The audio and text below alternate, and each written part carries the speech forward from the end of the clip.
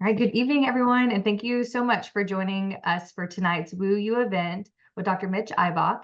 And tonight we're going to be discussing glaucoma gauntlet, managing cases from diagnosis to treatment. I'll be your host tonight. My name is Dr. Arielle Sorenzi. And a big thank you to Taya Pharma for exhibiting at this event. This will be worth 1 hour of CE credit, so please be sure to attend for a minimum of 50 minutes. For those COPE certificates, if you could fill out the survey link that was just added to the chat, and it'll also be there when the webinar ends.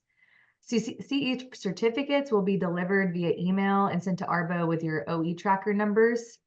We will not have a QR code at the end of this event, so no QR code will be displayed, but you will receive your credits via email within 4 weeks. We will save questions towards the end of the presentation, so you can ask those either in the chat section or the Q&A. If you're on your desktop, it's circled at the bottom. And then if you're on your phone, then you can find the Q&A either at the top arrow there or under the 3 dots. You can find the chat function. So it's my pleasure to introduce our speaker. He is a repeat speaker on Woo You because we just love him so much and we learn so much from him. So Dr. Eibach is a residency trained optometrist at Vance Thompson Vision in Sioux Falls, South Dakota. Dr. Eibach attended the Pacific University College of Optometry, where he graduated summa cum laude. And he completed his residency training at Minnesota Eye Consultants with a concentration on cornea, refractive surgery, external disease, and glaucoma. He joined Vance Thompson Vision in 2014 to focus on advanced anterior segment surgery care and pathology. He's a fellow of the American Academy of Optometry, the Intrepid Eye Society member, a board member for the International Keratoconus Academy, the American Optometric Association, Optometric Glaucoma Society, and South Dakota Optometric Society. He's also the residency coordinator at Vance Thompson and is also an adjunct clinical faculty for ICO in the Pikesville College of Optometry. Here are his financial disclosures, all of which have been mitigated.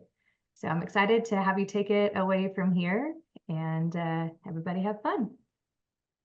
Awesome. Thanks, Dr. Sorenzi. Good evening, everyone. Thanks for taking time away from your family, your friends, your after-hours clinic activities, or maybe duties, which for me is usually trying to catch up on charting, to really be here tonight to focus and zero in on glaucoma, trying to better take care of our glaucoma patients. We're going to use cases as our foundation tonight to run the glaucoma gauntlet.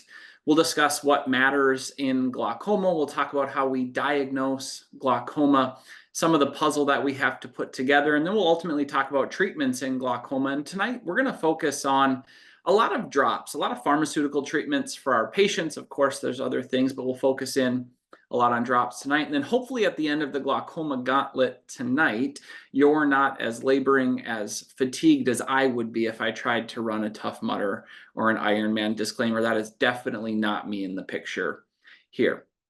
And so before we go into our first case, let's review what we know. Just like putting this puzzle together, this slide together is really trying to find the spacing, find the addition and subtraction. Glaucoma diagnosis is very similar. We have to put the puzzle together. There's really 9 main things that matter to me in the diagnosis of glaucoma shown here. But unlike diagnosing glaucoma, treatment in glaucoma is unilateral. It's just one thing.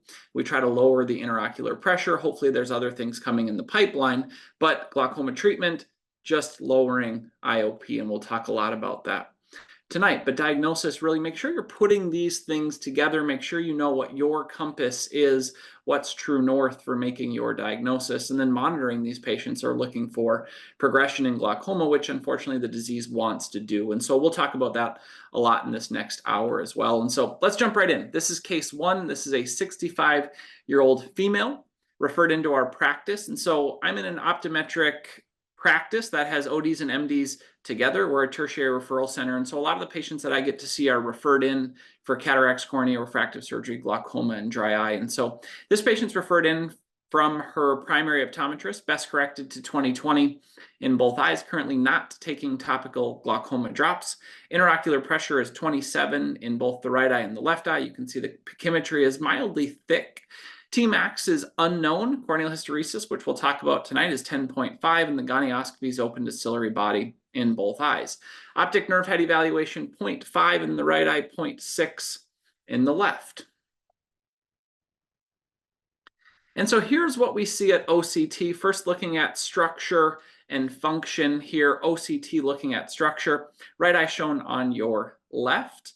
I like to zero in here on the Tisnett curve. And so this curve on the middle third on the left side, making sure that we're having retinal nerve fiber layer thickness that's within normal. Be careful being caught just diagnosing red disease, or red means abnormal. Make sure you're putting those pieces together. And on this right eye scan, you can see we kind of have this wedge defect here where we're missing, or it's gray on the RNFL asymmetry map. So not a great scan quality here. And on the left eye, we definitely, again, have a pretty normal Tisnett curve, no definite OCT retinal nerve fiber layer thinning. And so when I'm looking at an OCT, I'm really looking at structure of the optic nerve. Remember, the retinal nerve fiber layer is really what's going to house the ganglion cells, which are the cells that we're going to be paying high attention to in glaucoma. Again, now looking at structure and function relationship, looking at visual field. And so we see this visual field here, right eye on your right, left eye on your left. And I said there was no definite glaucomatous visual field defects in both the right eye and the left eye. And so we have a patient now where we're at a crossroads. There's a 65-year-old female in your chair. We have a eye pressure of 27, so we're at least an ocular hypertension patient. What is your diagnosis and how are you going to manage this patient? You don't have to put anything in the chat, but I think it's important to kind of think through this patient case. How am I going to manage it? And so is this ocular hypertension, and I'm going to start a prostaglandin analog? Is this preparametric glaucoma, which does have an ICD-10 code? And are we going to just monitor or consider selective laser trabeculoplasty? Is this mild primary open-angle glaucoma and I'm starting a med? Or is this a glaucoma suspect and we're going to monitor with OCT, IOP visual field in 6 to 12 months? And so let me tell you what we did. I said that this is ocular hypertension. I'm going to see this patient back in our practice in 9 to 12 months. But why? How did we get to that answer? Well, let's use one of our landmark glaucoma studies here. The Ocular Hypertension Treatment Study, or the OHTS study, is a huge study. It's over 1,600 patients where they looked at the relationship or the correlation of moving from high eye pressure to glaucoma, ocular hypertension to glaucoma. In one eye, a patient had to have an eye pressure greater than 24, less than 32, and in the contralateral eye, the eye pressure had to be in between 21 and 32. In the OHTS study, half of patients with ocular hypertension were in the treatment group. They got a topical glaucoma medication to start. Half of patients were in the control group. They were monitored, and the primary endpoint was at 5 years. What the OHTS study found is that patients that were in the control group at 5 years with ocular hypertension, 9.5, we're just going to round up for easy math, 10% progressed from high eye pressure to glaucoma. In the treatment group, 4.4% of patients who were treated with ocular hypertension still went on to develop glaucoma. For easy math, we'll say 5%. And so I think there's two ways that you can think about it for this 65-year-old female in your chair. Either way, at age 70, whether you do something or not, she has a 90% chance of not developing glaucoma. You can also say if we lower her intraocular pressure, we can reduce her relative risk of going from ocular hypertension to glaucoma by about 50%. The OHTS study also told us that 5 things really matter when we're talking about the risk of going from high eye pressure to glaucoma. Age. Increasing age is a risk factor. It's non-modifiable for our patient. More candles on the birthday cake, higher risk of going from ocular hypertension to glaucoma. Second, intraocular pressure. Of course, this is the modifiable risk factor that patients have. And so IOP, higher the IOP, higher the risk for our patients. Next, we have central corneal thickness or pachymetry. This was an independent risk factor in the OHTS study for progression. Corneal pachymetry matters. Vertical cup to disc ratio, hopefully that makes sense. Cupping, and then pattern standard deviation on visual field. Those were your 5 risk factors from going from high eye pressure to glaucoma. But just recently now, we have the 20-year follow-up from the OHTS study. So cumulative 20-year follow-up, same patients, high eye pressure, looked at the risk of going to glaucoma, and here's what they found. On the left, at 20 years, the cumulative incidence of going from ocular hypertension to glaucoma, both groups, treatment and control, was 45% at 20 years. 42% of patients in the treatment group progressed from high eye pressure to glaucoma, 49% in the patients who are in the control group who are untreated. It's only a 7% difference. And so our 65-year-old patient, now 85, has a 45% chance of going from ocular hypertension to glaucoma, only slightly reduced if we're treating her eye pressure. Some other take-homes from the 20-year follow-up: African-American patients showed a significantly higher conversion rate from ocular hypertension to glaucoma. And if we combine both cohorts, the cumulative rate of visual field loss at 20 years was 1 out of 4 patients. And so next, let's answer, in 2024, do I need an OCT to take care of glaucoma at a high level? Well, first, let's define it. Optical coherence tomography, or OCT, is a non-invasive cross-sectional imaging tool where we use light waves scattered across ocular structures, and we measure by interferometry. We know so much more about the pathophysiology of glaucoma because of our ability to detect abnormalities in structure, in the anatomy, and then track it over time. OCT's uses in glaucoma: peripapillary retinal nerve fiber layer, or RNFL, the macular nerve fiber layer, ganglion cell layer with interplexiform layer, and then ganglion cell complex. Remember, as much as 50% of our retinal ganglion cells are inside the macular region. The macular ganglion cells have thicker axons, and so it's maybe easier to image these macular ganglion cells. And then, of course, these macular ganglion cells really contribute to central visual field loss. And so we're starting to put more and more emphasis on these macular ganglion cells. Next, let's answer the question, does OCT do a good job of being able to diagnose glaucoma? This is a meta-analysis, 150 studies reviewing OCT's ability to make the diagnosis of glaucoma. Over 16,000 eyes were studied. And this paper used area under the curve to try to answer the question, how likely is the device to accurately make the diagnosis? To give you a little bit of a baseline here, 0.9 or above is excellent. 0.8 to 0.9, that would be like a B, and so on. So 0.9 and above is really an A. Important underlined point here, all devices perform similarly. And so this wasn't a study that said one company does a better job than the other. Of the retinal nerve fiber layer areas, it's most accurate to look at the average RNFL, your G value, very commonly on your printout, 0.897, superior and inferior retinal nerve fiber layer. In general, macular thickness values have similar accuracy to retinal nerve fiber layer. And so I would say yes, in 2024, to manage glaucoma at a high level, you have to have an OCT.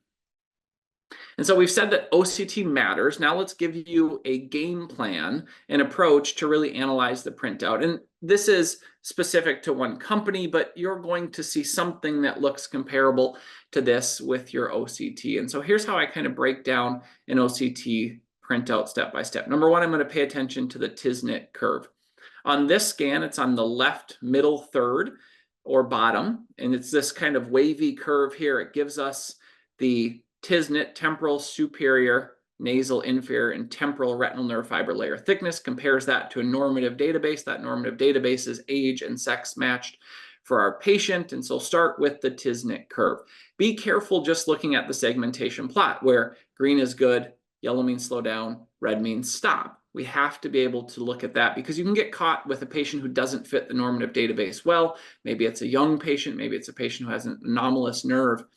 Number two, pay attention to the actual numbers in the segmentation plot. And so I like to look at those numbers, track them over time. Pay attention to the numbers between eyes, the inter-eye difference. And so right eye to left eye difference can tell me a lot about, does this patient have some asymmetry, right eye or left? And then finally, beware of the artifact. I like to look at the B scan, which is on the left middle side of this printout here, where we have the red lines of the inner limiting membrane and the retinal nerve fiber layer. We want to make sure that the scan is actually on the anatomy that we're hoping to measure. And so you can see right above that is actually an area of vitreous. And so sometimes this will get caught here and you can get an artifact. And I like to also look at the RNFL macular asymmetry plot, which is color coded for you. You can see this area of thinning on this scan right at about 7 o'clock. And so now that you have a strategy of how you're going to analyze the printout, how do we know what's normal versus abnormal for a patient who maybe has early glaucoma? And so this was a paper that was published by Michael Sullivan, me, and his optometric colleagues at the New Mexico VA, titled "The Diagnostic Precision of the Retinal Nerve Fiber Layer and Macular Thickness Asymmetry Parameters for Identifying Early Primary Open-Angle Glaucoma." So this is for early patients. This paper defined abnormal as inter-eye, right eye to left eye, macular thickness asymmetry of 5 microns or more. Intra-eye, same eye, superior to inferior, macular thickness asymmetry of 9 microns or more. Inter-eye, again, right eye to left eye, average RNFL thickness difference of 9 microns or more, or then a total RNFL thickness, your G value, 78 microns or less. And so this is one strategy. I think this is a good option of just what's normal versus abnormal for the early primary open-angle glaucoma patient. And so next, what do we know? I think in 2024, we can make that stamp that corneal hysteresis matters. Corneal hysteresis is a measurement of the corneal biomechanics. I think of it as the corneal shock absorbing properties. How well can our patient's cornea and resultant eye dampen shock or changes in pressure, similar to elasticity or, again, being able to dampen shock. Research has shown that the average, the mean corneal hysteresis in the American population is 10.5. Low corneal hysteresis has been consistently shown to be independently and strongly associated with not only diagnosing glaucoma, but also trying to predict who's going to progress in glaucoma. And so this is something that I'm using a lot in practice. The theory is a patient with a low corneal hysteresis, clinically, I use 9.5 and below as being low. So a low corneal hysteresis, poor shock absorbing properties on the cornea, poor shock absorbing properties on the sclera, which translates to the back of the eye at the optic nerve and the lamina cabrosa. This is an eye that can't dampen changes in pressure well, or is going to want to bow back in the setting of glaucoma. Conversely, a patient with a high corneal hysteresis, good shock absorbing properties in the cornea, sclera, optic nerve at the level of the lamina, can really absorb that shock or doesn't bow back or cup in the presence of a change in eye pressure. And so this patient was referred into our practice. We said ocular hypertension. We decided we'd repeat some measurements. I had the patient get their IOP checked with her primary optometrist 6 to 9 months after our visit. And now this patient's reporting back to our office about 15 months after initial presentation. Best correct still to 20/20, intraocular pressure of 23 in both eyes. Optic nerve head, you can see there. Maybe a little more cupping in the left eye, or just a little bit of variability in how I looked at the optic nerve on 2 different days.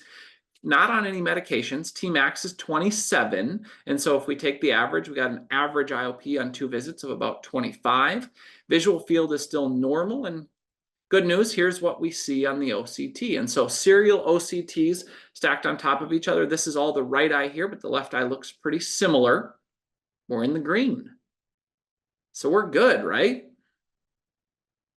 If you look closely inside these blue rectangular boxes, we have progressive retinal nerve fiber layer loss, but it just hasn't picked up to color code us a different color in our segmentation plot. And so if you look superior and inferior, we have progressive retinal nerve fiber layer thinning over 15 months, but we're still in the green. And so now what do? We have a patient who has an average IOP on 2 visits of 25, mildly thick pachymetry, a clean visual field. What are you going to do for this patient now? You're going to start treatment. You're going to monitor and recheck things. The only answer that I'd fault you for here is D, don't start timolol twice a day. It's not one of our stronger medications. It's twice a day dosed, and so go in a different direction than D, but I think the other 3 are all reasonable here. But how do we know what change matters? We said that we're still in the green, but we've lost some retinal nerve fiber. How much is too much? Here's a study that proposes the average retinal nerve fiber layer losing 4 microns or more between 2 tests in the same year is significant for progression. Superior or inferior retinal nerve fiber layer loss. 7 microns or more between 2 tests in the same year is significant for progression, and you can see where you'd find that on the scans to your right. And then not shown, but the macular ganglion cell interplexiform layer, 4 microns or more of change per year between 2 tests would be considered significant for change. Remember that normal aging is going to cause retinal nerve fiber layer loss. That's why we have a normative database. We don't compare 45-year-olds versus 75-year-olds. The normal change is about a 0.5 micron of RNFL loss per year based on an extra candle on the birthday cake or a year of aging alone. And so for this patient, we decided to start treatment. We started a topical prostaglandin analog once a day in both eyes. Drops are still the most common first-line treatment for glaucoma in the US. We can definitely make the argument, that laser should be our first treatment in these patients, but a lot of our patients just resonate with drops. They want to start here, and so by far still the most common treatment for first-line glaucoma in the US. And I think this table does a really nice overview of our most commonly prescribed topical glaucoma drops now in the US. Glaucoma drops can really be broken down into 3 buckets. When you're talking about mechanism of action, we can try to increase aqueous outflow through the conventional outflow pathway. We can try to increase aqueous outflow through the uveoscleral outflow pathway, or we can try to turn down aqueous production by turning down the ciliary body and ciliary body epithelium, and we'll talk about how all of those work. And so really, before you discuss mechanism of action for topical glaucoma drops, I think it's important to give a nice refresher on the production and drainage of aqueous inside of the eye. And so aqueous is made in the posterior segment at the level of the ciliary body and ciliary body epithelium. Aqueous has to travel around the lens through the pupil, and then it enters into one of 2 aqueous outflow pathways. First, you have the conventional outflow pathway. This makes 50 to 90% of aqueous outflow in our eye. And this is fluid getting through trabecular meshwork almost like this sponge. It gets into Schlemm's canal. It's picked up by the aqueous collector channels, then branches off into aqueous veins and episcleral veins. This is the conventional outflow pathway. This is where notarcetal plus latanoprost, and pilocarpine have their primary mechanism of action. Latanoprostine bunad has a secondary mechanism of action here with a nitric oxide donor, and maybe bimatoprost has a secondary mechanism here as well. If aqueous doesn't go out of the trabecular meshwork or conventional outflow pathway, the other 10 to 50% in patients goes through the uveoscleral outflow pathway. And this is what we're more familiar with. This is our prostaglandin analogs. Fluid goes in between the iris and ciliary body, eventually in between a potential space between the choroid and sclera. And so this is your prostaglandin analogs, your prosts. You can see them listed there. And then we have our aqueous suppressants, which are listed out to the right. And so why are prostaglandin analogs first line when we're talking about ophthalmic medications for glaucoma in the US? Well, first, it's the most efficacious drop class. If I prescribe a topical prostaglandin analog, I'm expecting to get, from a previously untreated standpoint, 25 to 33% reduction in IOP. These are once daily dosed, and so PGAs we're using 1 time per day. And that's important because, unfortunately, topical glaucoma drops does not have good compliance. Multiple studies have shown this. Convenience for our patients and adherence to this regimen can be tough. And there are studies that show that each additional installation lowers compliance or adherence to the medication regimen. Minimal systemic side effects for prostaglandin analogs. We all know about kind of the big 3 for ocular side effects. We have periorbitopathy, or kind of a blackening, hollowing out around the eye. We can get eyelash growth, which a lot of our female patients love, but male patients don't. We can also get an iris color change as well, but minimal systemic side effects. And then finally, uveoscleral outflow slows at night. There's a study by Arthur Sitt, there's others that show that when we're in a supine position, we're lying down, uveoscleral outflow slows, often thought to account for the nocturnal IOP spike that our patients have. And so can we use PGAs to try to blunt that nocturnal IOP spike? To the right, this is a study that's published in Lancet. This is the United Kingdom glaucoma treatment study. This is 516 newly diagnosed patients with primary open-angle glaucoma, previously treatment naive, and patients were started on either latanoprost once a day or a placebo in the control group. And what you're looking at here is visual field progression over time. They use the hazard ratio. This line graph The hazard ratio or risk of progression in the control group was 1. In the patients who were treated with latanoprost once a day, 0.44. Another way to say that is treating these patients with latanoprost decreased visual field progression by over 50%. And so hopefully we've established why in the United States prostaglandin analogs are still first-line treatment in the drop class, most common one that's going to go out of the door in our practices for primary open-angle glaucoma. But what prostaglandin should I use? Are they all the same? Generic latanoprost definitely has the lion's share of the market for topical PGAs in the US, but should it be that way? Are they all equivalent? Here's a 2019 study that compared latanoprost once a day versus bitmatoprost once a day. Commercially, we know this as Lumigan, once a day in untreated patients with primary open-angle glaucoma. And so 60 previously untreated patients randomized 1-to-1, baseline IOP at the morning time point of 25.5 millimeters of mercury. And the primary endpoint of this study was IOP at 3 months after starting medication. Patients in the latanoprost group, IOP lowered 6.5 millimeters of mercury, and so from 25.5 down to about 19. Patients in the bitmatoprost group lowered 7.5 millimeters of mercury. Big deal. 1 millimeter of mercury. Does it matter? Well, remember CIGITS, the Collaborative Initial Glaucoma Treatment Study. It's a landmark study in glaucoma, said that every 1 millimeter of mercury that we can lower the IOP in a glaucoma patient equates to a 10 to 13% reduced risk of glaucoma progression. And so every point matters. Let's focus in on a newer prostaglandin option that we have in the US with latanoprost 0.005% preservative-free, or IUSA. This is the first fully preservative-free latanoprost option that we have. Comes currently in small little vials. It was approved by the FDA in December of 2022. And this is targeting uveoscleral outflow. IUSA IOP decrease on label, what you're going to see in the studies, 3 to 8 millimeters of mercury. And it really depends on if you look at the US data versus the European data. I'll tell you clinically, my experience has been that this works very, very similar to latanoprost with preservatives. I expect to get about the same IOP reduction, and it's once a day. And so that's great for compliance as well. I think in treating glaucoma in the ophthalmic space, rightfully so, we've put a really big emphasis in the last 3 to 5 years on trying to preserve the ocular surface, trying to have less preservatives on the eye. We know that preservatives in our ophthalmic drops can lead to burning, stinging, ocular surface disease, maybe some early neurotrophic keratitis or NK in our patients. And so there's been a big shift to try to lessen the amount of preservative load on the eye. IUSA is kind of in that fight or in that camp. Another important thing to know is Zelpros. This is a BAK-free latanoprost option. Hopefully some of you are familiar with, has been off of the market for a while, hopefully coming back in 2025 after some manufacturing changes. And so if you've had patients on this, hopefully that will be an option down the road as well. Again, trying to lessen the amount of BAK or preservatives on the eye with our topical glaucoma patients.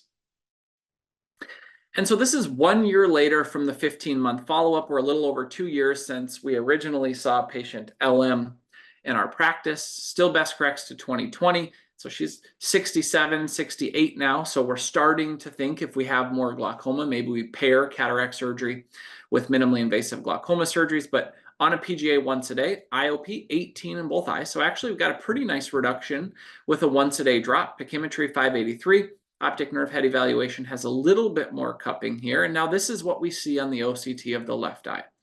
Definite progression, definite thinning now to the inferior temporal retinal nerve fiber layer. And the visual field shows a reliable superior paracentral or superior partial arcuate defect. This is just the left eye. Right eye shows a very similar presentation where the RNFL has worsened. The visual field now has a repeatable visual field defect. And so now what are we going to do?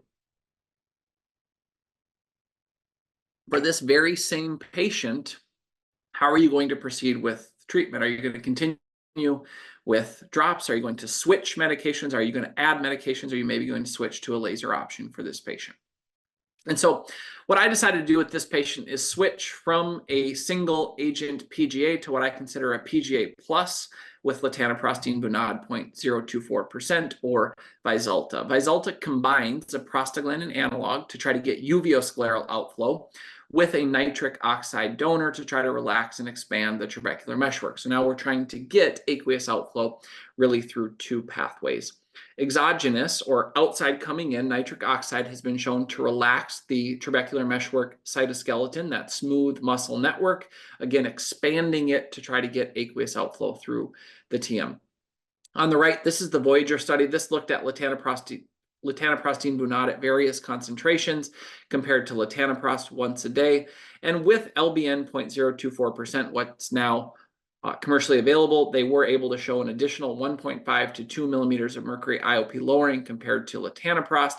But this graph is looking at safety and adverse events. And in my experience, it's extremely low. Patients tolerate Vyzulta very well. In my practice, if you're looking at the Voyager study, number one side effect in the LBN group shown in green was site installation pain at 12.1%, stinging and burning, which drops pretty common. In the latanoprost group, which actually fared very well in this study, it was ocular hyperemia at 8.5%. But again, in my practice, once a patient gets on Vyzulta, they tend to do very well from an adverse event profile. And so nitric oxide, this is something that's endogenous or in all of our bodies.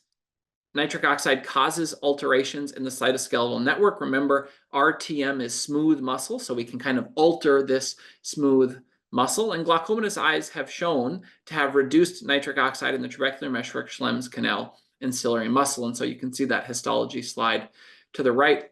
How does latanoprostene bunad work in the real world? This is a study done by Connie Okiki and her group. There's other researchers and providers in this as well, but retrospective chart review of real-world use of latanoprostene bunad in treatment-naive patients with open-angle glaucoma. And so important here, patients hadn't previously taken a different topical glaucoma drop. They hadn't had any other treatments. This study separated patients into two buckets: patients who had a baseline IOP at diagnosis greater than 21 millimeters of mercury, and a bucket of patients who had a baseline IOP less than or equal to 21 millimeters of mercury at the baseline. And so here's some of the take-homes. Here's the high-level results. If you combine both cohorts, the average IOP lowering, the mean, was about 7.5 millimeters of mercury from baseline. Now, if you start to stratify out, the patients who had a baseline IOP greater than 21 millimeters of mercury, they got about a 10 to 11 millimeter mercury IOP reduction, a 41% reduction from an untreated baseline. Patients who had an IOP less than 21 or less than or equal to 21 millimeters of mercury, they got about 4.5 millimeters of mercury IOP reduction, a 22% reduction from baseline. And so I think the important point there is, with a lot of our topical glaucoma medications, not all, but many of the ophthalmic options, where you start from an eye pressure standpoint matters. And so let's go to our second case here. This is a new patient referred into my practice, patient DB, referred from their primary optometrist for a glaucoma evaluation. And the key here is the referring optometrist thinks this patient is progressing. And so before I go into any new evaluation, I'm very fortunate in our practice. We have all kinds of fancy technology, and I have the chart in the hallway. I look at the age. I think age matters in glaucoma. We showed that that was a risk factor in the OHTS study, but also I have to take care of a patient based on age differently from a risk versus reward standpoint. What I mean by that is I have to treat a 55-year-old with moderate glaucoma much differently than I do an 85-year-old with moderate glaucoma. We have to be more aggressive in a younger patient because we have more years to maintain his or her vision. And so after I look at age, we go through the chief complaint, and then I'm always going to ask 3 questions on a new glaucoma evaluation. And I think my residents might be on tonight, so they can attest to this. I'm always asking patients these questions, but I think they're important. First, what medications are they currently taking, and what else have they tried? I think this is important because it's going to tell me how well they've responded to medications.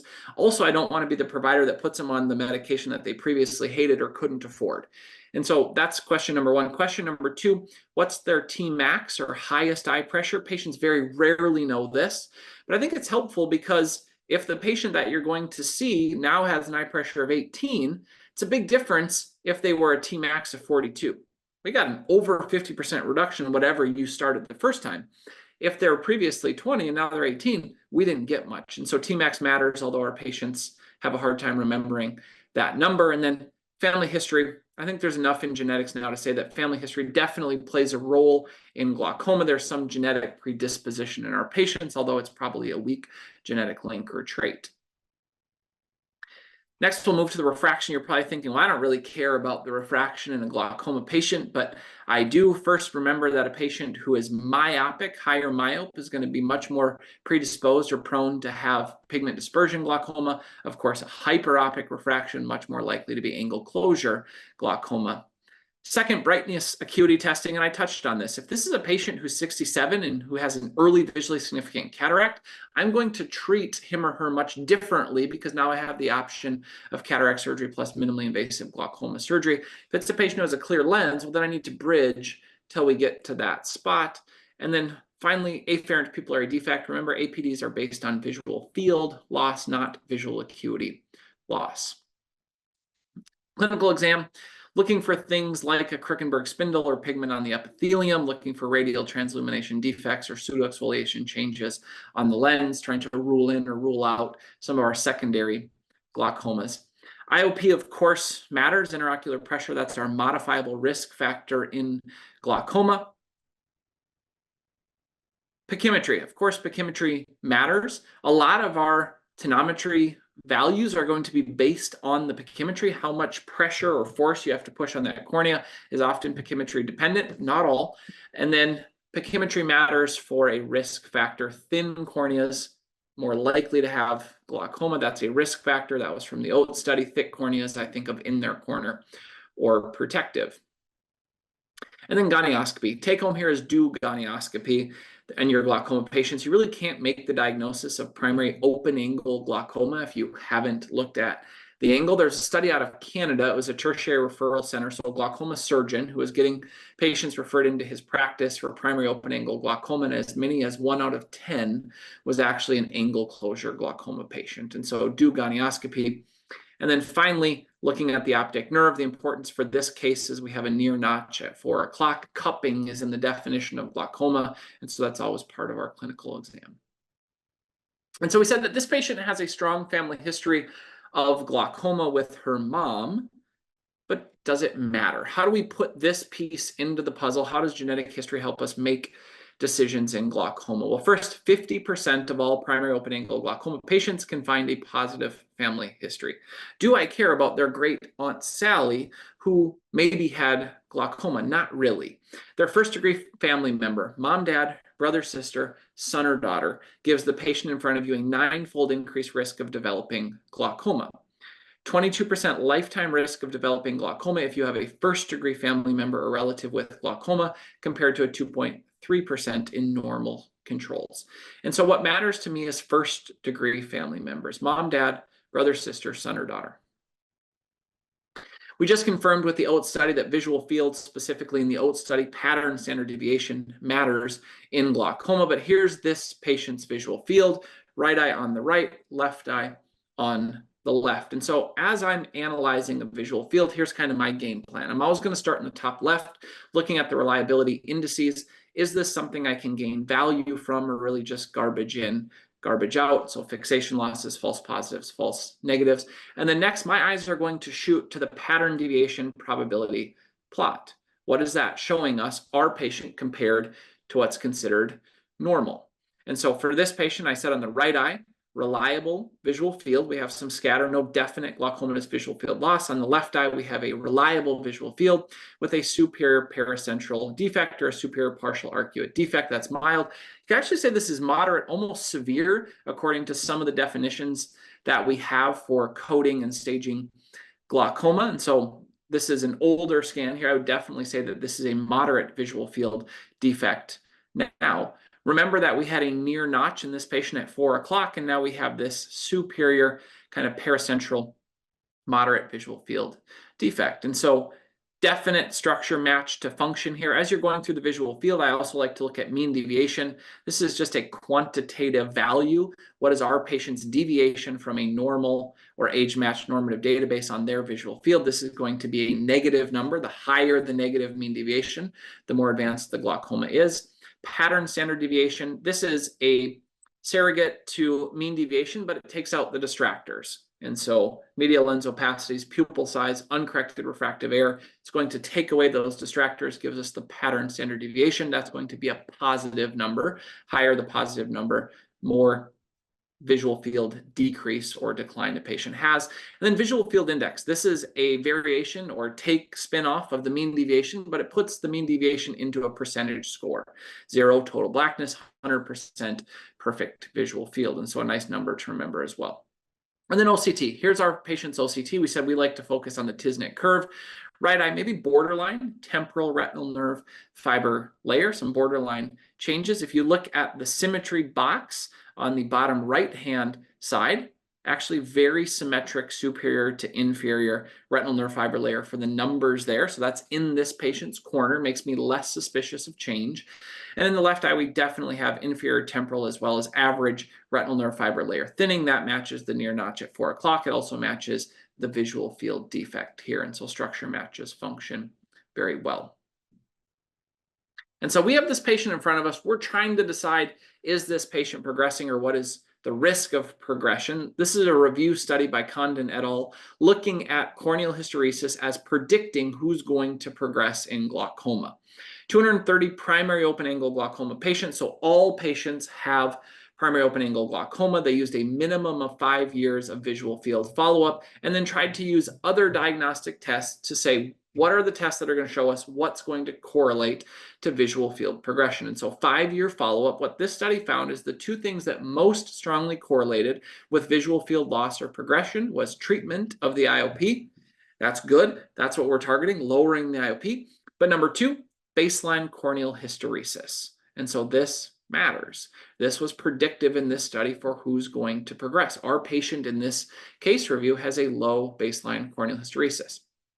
For billing and coding, we still use an advanced beneficiary notice or ABN in our practice. We bill this just one time per year, but we're doing a lot of corneal hysteresis. This also gives you some nice IOP measurements with IOPG, which strongly correlates to Goldman, as well as IOPCC, which is your corneal compensated IOP, tries to bring in corneal biomechanics into IOP. There's some nice studies that show that this measurement, IOPCC, actually correlates more strongly with visual field progression than some of our Goldman applanation does. And so corneal hysteresis, great tool in our practice. We use a lot of it. And so for this patient, we actually added a medication. We said we're going to add a medication. I think adding a ROCK inhibitor like Notarcetal once a day makes a lot of sense in the left eye. I think you could also strongly consider adding a combination medication twice a day in this left eye. We decided to do Notarcetal here. Notarcetal 0.02% or Rhopressa. This fits into our class of ROCK inhibitors or Rho kinase inhibitors. The mechanism of action for Notarcetal, this is going to try to relax that trabecular meshwork cytoskeleton, break down the actin-myosin binding sites, have a less contracted trabecular meshwork and an increased trabecular meshwork outflow. And so ROCK inhibitors, Rhopressa, Rocklatan, are targeting the diseased tissue, the trabecular meshwork in glaucoma. Second, ROCK inhibitors have been shown to be able to lower episcleral venous pressure. Think of EVP as the floor for IOP lowering. And so here's a study that fits nicely with our patient. We're adding Rhopressa to a PGA. This is the MOST study, the multi-center open label study. It's a real world study, 161 patients that had adjunctive therapy. They had added Rhopressa once a day to their current regimen. That current regimen could either be a prostaglandin alone or 2 or more medications. And really the take home for me from the MOST study was, irregardless of the IOP, 21 or 20.6, whether a patient was on just a single PGA agent or 2 or more medications, adding Rhopressa lowered the IOP an additional 4 to 4.5 millimeters of mercury from a medicated baseline, an additional 20% reduction from a medicated baseline. Here's the adverse event data from the MOST study. The big key here is this is not an FDA clinical trial. You don't have a masked examiner where we're using these guidelines, these laminated sheets of how much of an adverse event to grade it. This is really just how we would grade it in clinical practice. And so the adverse events with Notarcetal, I think of really the big 3 from the MOST study: conjunctival hyperemia, 20% of patients, blurred vision, 7%, and then conjunctival hemorrhage or sight installation pain. In my practice, and what we saw in the pivotal trials, which was the ROCKET studies for Rhopressa, or the Mercury trials for Rocklatan, is we're going to see more hyperemia than this. In my practice, I think of the big three for ROCK inhibitors as being conjunctival hyperemia. About 40 to 50% of my patients, corneal verticillata or whorl keratopathy, very similar to your amiodarone patients. I think of this as being non-visually significant, goes away if patients stop the medication, and then conjunctival hemorrhage as well. And so this has been a nice additive. Rhopressa is an additive drop in my practice. We're adding it to a current regimen, very infrequently a standalone medication. I said the other strong option for this patient was to add a combination medication. If you're going to do that, which combo do you add? This study perfectly reflects our patient scenario. And so this is a study of 80 patients on a prostaglandin analog with progressing glaucoma. 42 of them were added dorzolamide timolol twice a day. 37, they added brimonidine timolol twice a day. Baseline IOP of 21 to 22 millimeters of mercury on a prostaglandin analog. And at 3 months, dorzolamide timolol lowered the IOP to 16.1, or about a 23.5% reduction from a medicated baseline. Brimonidine timolol lowered the IOP to 15.3, or a 29% reduction, which is pretty robust from a medicated baseline in this study. I don't expect to get quite that much. My usual goal for adding a medication is to get 15 to 20% additional IOP response. In this study, the side effects and the discontinuation rate with dorzolamide timolol compared to brimonidine timolol were equal. There was no significance. I think another great option could have been brinzolamide brimonidine. Commercially, we have this as Simbrinza. This is a fixed dose combination of 2 aqueous suppressants. It's on label for 3 times a day, or TID dosing. I almost never do that. I almost exclusively use twice a day dosing with Simbrinza. It's a great option for patients with concerns of your beta blocker side effects or your Bs. So bradycardia, slowing of the heart rate, or bronchoconstriction in some of our patients who have breathing problems. I also have some younger patients who've had fatigue issues with even topical beta blockers. I have a marathon runner who just was unwilling to take anything that was going to change her heart rate or her breathing. And so great option for that patient. But there is a side effect profile here with Simbrinza that's very similar to the individual counterparts. And so think carbonic anhydrase inhibitors. Very commonly, these medications have a lower pH, and so that can lead to stinging and burning compared to the TEERS. And then alpha-2 adrenergics, which my biggest concern here is a delayed type 4 hypersensitivity, where these patients get this just exposure conjunctivitis, and you really have to just get them off the medication for that to go away. And so let's go to our last patient here. This last patient here is where Shane Jarvis usually starts to kind of fall asleep or fold his laundry if he's tuning in. And so this is a 75-year-old female. It's a low tension glaucoma follow-up. And this patient's concerned that the visual acuity is worsening here. And so this patient's worried about acuity. Applanation tonometry of 13 in the right eye, 9 in the left. 6 months ago, it was 14 and 13, and the Tmax is 15 and 17. On 3 topical agents, bimatoprost once a day, dorzolamide timolol twice a day. Average to thin pachymetry, low corneal hysteresis, 8.1 and 9.3. You will see the corneal hysteresis value change if you change the eye pressure, and so it is somewhat dependent on IOP changes. Gonioscopy is open, and you can see the optic nerve head photo to the right, cup to disc ratio of 0.8, and we have a Drance hemorrhage at 10 o'clock. Here's serial OCTs on the right, and so just 3 OCTs really stacked upon each other. And over time, we see some change or progression inferior temporal, slower over time, but faster to the superior temporal retinal nerve fiber layer quadrant. On the left, this is the Hood report. Don Hood, PhD, really one of the masterminds in imaging the structure of the optic nerve. He has his Hood report, which flips. The Tisnet curve makes it the N-stin curve, puts more emphasis on the temporal retinal nerve fiber layer, as well as the ganglion cells. And so very damaged temporal retinal nerve fiber layer here. We can see what that looks like on the retina view. That's your middle 2 boxes. And then on the right, what we'd expect to see for visual field loss on a 24-2 and 10-2. Hopefully on a 10-2, that makes sense. We have this very damaged inferior temporal area, superior nasal, superior paracentral visual field defect here. And that's what we really see here. And so this is serial visual fields over time. I have the pattern standard deviations listed out for you here. About 2 decibels of pattern deviation loss per year.